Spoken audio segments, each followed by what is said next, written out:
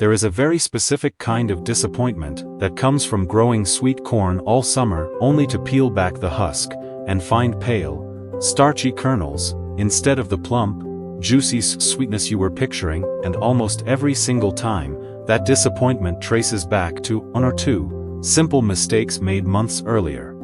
The good news is that once you understand what sweet corn actually needs, from how it is planted to how it is fed and watered, growing genuinely sweet, milky, backyard, fresh corn becomes one of the most satisfying and beginner-friendly crops you can add to your garden this season. Choosing the right variety before you even put a seed in the ground makes this entire process considerably easier for a beginner. Sweet corn varieties generally fall into three genetic categories. Standard sugary varieties, which are the most traditional, but convert to starch the fastest after picking. Sugary enhanced varieties, which hold their sweetness a bit longer, and are widely considered the most forgiving and reliable choice for home gardeners, and super sweet varieties, which pack in noticeably more sugar and stay sweet for days after harvest, but require slightly warmer soil to germinate well, and must be planted with some distance from other corn types to avoid cross-pollination that can make kernels starchy and tough. For a first-time grower, a sugary, enhanced variety strikes an excellent balance between forgiving germination, strong flavor, and a reasonable harvest window, and most seed packets clearly label which category a variety falls into right on the front. Sweet corn is unlike almost anything else you will grow, mostly because of the way it pollinates. Each stalk produces both the tassel at the top, which releases pollen, and the silks lower down, each silk strand connected to a single potential kernel waiting to be fertilized.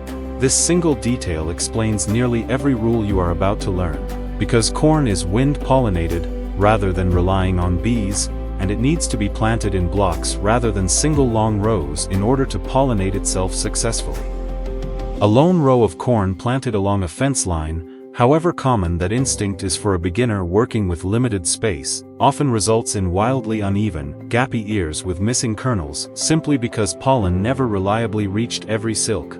Planting in a block of at least 4 rows by 4 rows, even in a modest raised bed, dramatically improves how thoroughly your ears fill out, and this one adjustment alone solves the majority of disappointing harvests beginners run into. Within that block, space individual seeds about 8 to 12 inches apart within each row, with rows themselves spaced roughly 30 inches apart, since corn planted too tightly competes fiercely for nutrients and water, and often produces smaller, less filled ears as a result.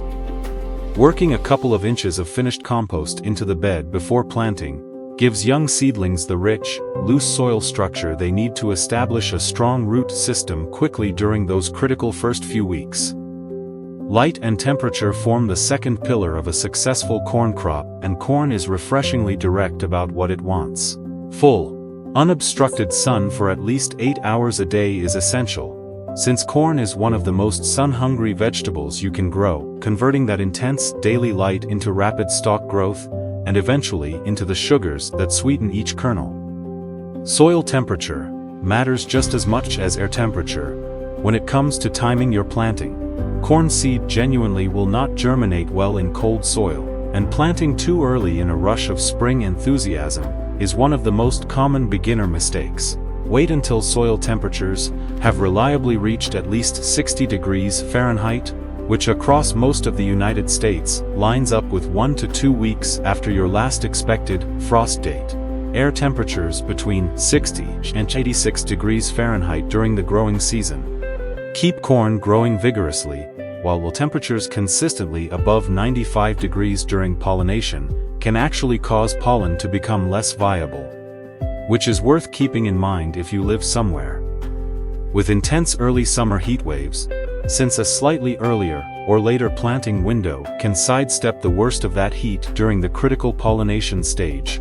The story of sweet corn's benefits extends well beyond the plate, and the research behind it is worth knowing. Sweet corn is naturally rich in fiber, which supports digestive health, along with B vitamins that play a role in energy metabolism, and antioxidants like lutein and zeaxanthin, compounds specifically studied for their role in supporting eye health and protecting against Age-related, macular degeneration. A number of nutrition studies have found that fiber-rich vegetables like corn contribute to more stable blood sugar responses compared to more processed carbohydrate sources, partly because the fiber slows the rate at which natural sugars are digested and absorbed. There is also a compelling freshness argument that home gardeners in particular benefit from. Corn actually begins converting its sugars into starch within hours of being picked, which is precisely why store-bought corn, harvested days earlier and transported long distances, rarely tastes as genuinely sweet as an ear picked from your own garden and cooked the same afternoon. Beyond nutrition, the broader body of research on gardening and mental well-being applies here just as it does to any garden crop. Studies on gardening as a physical activity have found it burns a meaningful number of calories through the bending, digging, and weeding involved. While separate research on time spent in green, growing spaces has repeatedly linked it to lower reported stress and improved mood, giving you a rare crop that rewards both your body and your palate for the same modest effort. Watering correctly is where healthy corn roots and, ultimately, well-filled ears are truly decided. Young corn seedlings need consistent moisture to establish roughly 1 inch of water per week, either from rainfall or supplemental watering, delivered deeply, rather than through frequent shallow sprinkles that only wet the surface.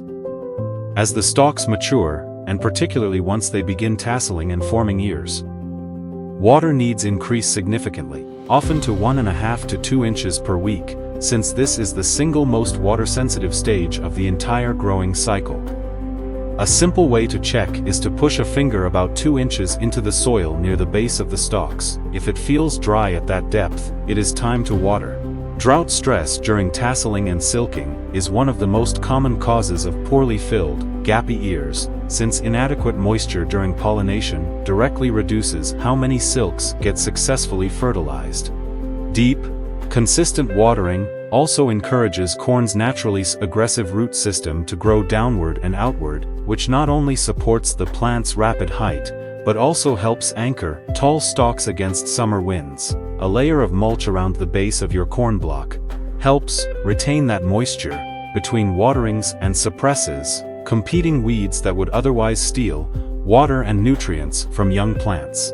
Overwatering is rarely the issue with corn compared to underwatering, but heavy, compacted, poorly draining soil can still lead to weak root development, so working compost into your bed before planting improves both drainage and moisture retention at the same time.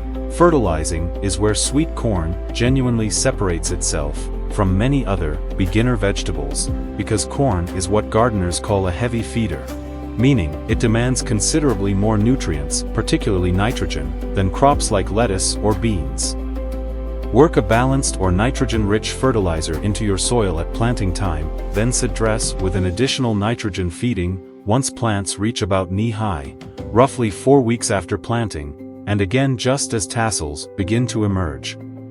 This staged feeding schedule matches corn's natural growth pattern, supporting the explosive vertical growth in its early weeks, and then fueling the intensive energy demands of tasseling, pollination, and kernel filling later on. Skipping that second or third feeding is an extremely common beginner mistake that leads to pale green, stunted plants, and thin, poorly filled ears, since corn planted once and never fed again simply runs out of the nitrogen it needs partway through the season. Unlike fruit trees or many flowering plants, corn does not require pruning in the traditional sense, though you may notice small side shoots called suckers emerging from the base of young stalks. Unlike tomatoes, these suckers do not need to be removed, and research from university extension programs has actually found that removing them provides no yield benefit and can occasionally reduce overall plant vigor, so the best approach with corn is simply to leave it be and let the plant direct its own energy naturally. Even with excellent care, a handful of common problems tend to show up in nearly every beginner's corn patch, and knowing how to read them takes away most of the mystery. Gappy, poorly filled ears with missing kernels almost always point back to insufficient block planting or drought stress during the critical silking window, so reviewing your planting layout and watering consistency during that stage is the first place to look.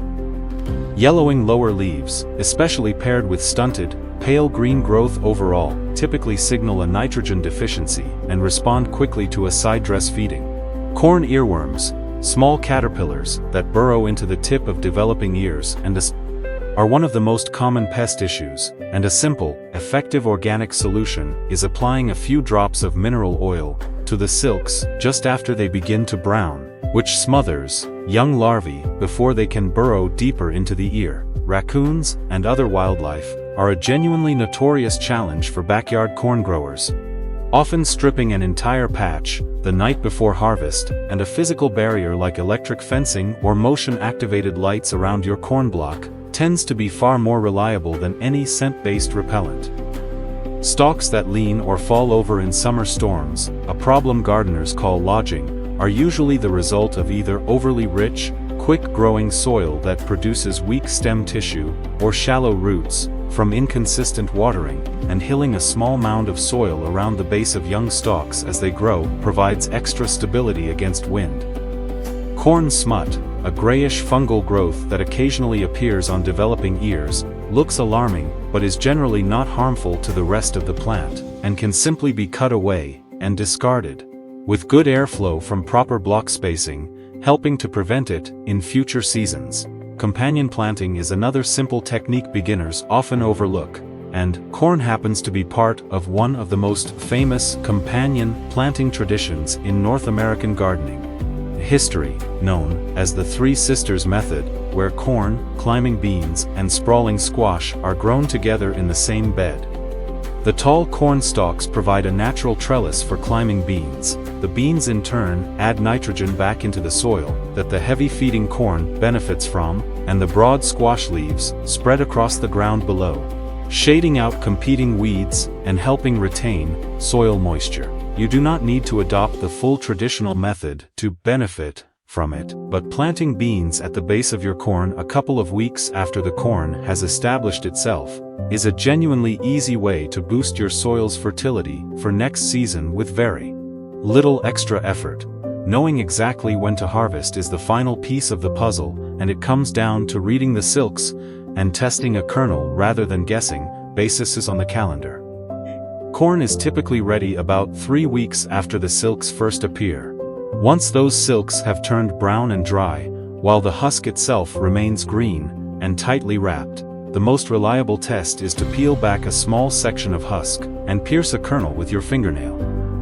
If the liquid that emerges is milky, white, rather than clear or watery, your corn is ready to pick immediately, since that milky stage is the peak sweetness window and it does not last long once reached. Once harvested, get your corn into the refrigerator or, better yet, onto the stove, the same day if at all possible, since every passing hour at room temperature allows more of those sugars to convert into starch and dulls exactly the sweetness you worked all season to grow. If you would rather enjoy fresh corn over several weeks, instead of one large harvest all at once, succession planting is a simple trick worth knowing. Rather than planting your entire block on the same day, stagger your planting into 2 or 3 smaller blocks, about 10 to 14 days apart. Or simply choose varieties with different maturity dates listed on the seed packet. This spreads your harvest window out naturally across several weeks in late summer, so you are not stuck eating or preserving a dozen ears, all in the same 7-day stretch. Growing sweet corn successfully really comes down to respecting a small handful of non-negotiables. Plant in blocks rather than single rows so pollination actually succeeds. Wait for warm soil before planting. Keep the water flowing steadily and generously through tasseling and silking. Feed it more than once throughout the season, since corn is a genuinely hungry crop. And harvest the moment that milky test tells you it is ready. Follow those 5 things consistently, and even a first-time vegetable gardener can walk out to a backyard patch in late summer and pull ears sweeter and fresher than anything sitting on a grocery store shelf. If you love learning about seasonal flowering plants, vegetables, gardening tips, and nature care, don't forget to like, share, and subscribe to Nature Nurture Hub, your home for year-round garden inspiration. Let's keep growing together.